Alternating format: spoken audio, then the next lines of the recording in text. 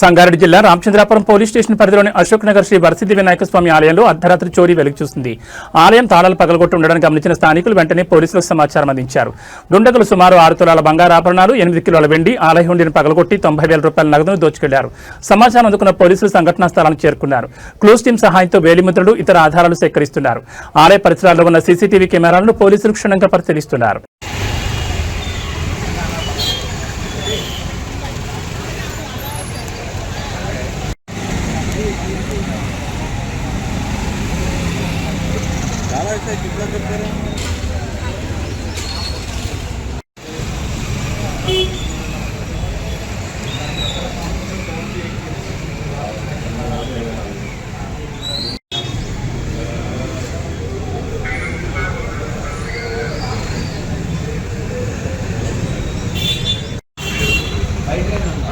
ఈ రుద్రాక్ష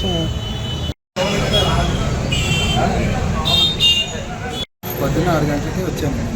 ఇంతకుముందు వాచ్మెన్ వచ్చాడు. వాచ్మెన్ వచ్చి గేట్ దగ్గరికి వేసింది. ఆయనే తీసి చూసి నాకు ఫోన్ చేశాడు. ఫోన్ చేయగానే వచ్చి నేను మా కమిటీ మెంబర్స్కి ఫోన్ చేశాను. వాళ్ళు కూడా వచ్చారు.